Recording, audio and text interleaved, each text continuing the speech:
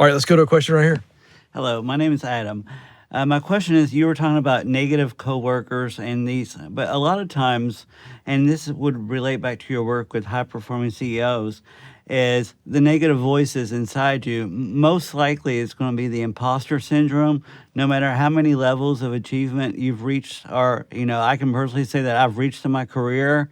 I always have that beginning at the next level I go to. I still have that voice at that level coming in saying, you're not going to be able to make it.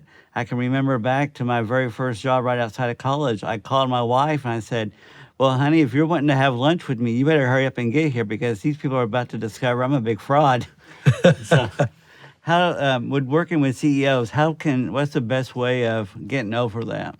Oh, thank you. What an amazing question. I love this work around imposter syndrome and the inner critic. So, and you framed this so perfectly, thank you.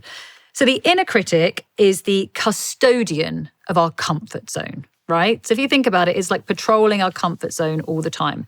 That is because, and I firmly and fundamentally believe this, your inner critic or the imposter is a well-meaning friend that's got it a bit wrong.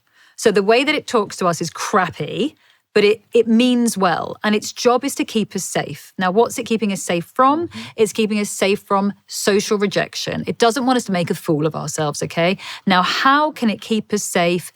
The only way it knows how, the known, the comfort zone. So it has to keep us within this comfort zone all the time because it knows it. It knows every nook and cranny of the comfort zone. Even if the comfort zone isn't very nice or isn't really serving us, it knows it inside and out, okay? So the second you're on the precipice of making a change, holy crap, that thing goes off. And it's like, do you remember when you were 6 and you did that terrible thing and people laughed at you at school? And then do you remember when this happened and that will fail because you failed doing this and you failed doing that and this won't work out for you. And like I said, enjoy lunch now because I'm going to be booted out tomorrow. Because you're about to make a change. I give the example of if you were going to go like bungee jumping. It would be so loud telling you all the things that's going to go wrong and terrible. And then you ultimately jump off the edge. So when you're hearing the inner critic, a great technique is to kind of give it like a dossier of evidence.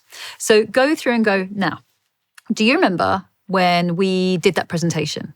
And actually we were nervous about it, but it went really well. It'll be like, And you'd be like, and do you remember when we did that, signed up for that 5K, we hadn't done any training and we thought we'd look really silly and they're like, okay. And you'll feel it lessening. You'll feel it lessening every single time. And by the way, I'm not talking about doing like an Ironman or like insane pursuits, just things where, do you remember the time that I told that friend of mine, that we told that friend how we were really feeling and we're still friends with them, or anything like that. You give it like a dossier of evidence of times that you have indeed stepped out of your comfort zone into the unknown and it worked out okay for you. And you'll just feel it lower. It will literally be like, oh, okay, you're right. But it's like I say, it's like an overbearing aunt. It really wants the best for you.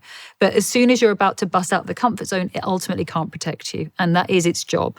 So that's why you hear it so loudly. And then you'll cross into something else. And sure enough, when you're going to take on another challenge, it will reactivate. But yeah, keep like a little sort of like list of the things that challenges you took on, the times that you tried something new and it worked out okay. And you will feel it just go, maybe not happily, it would be like, oh, okay.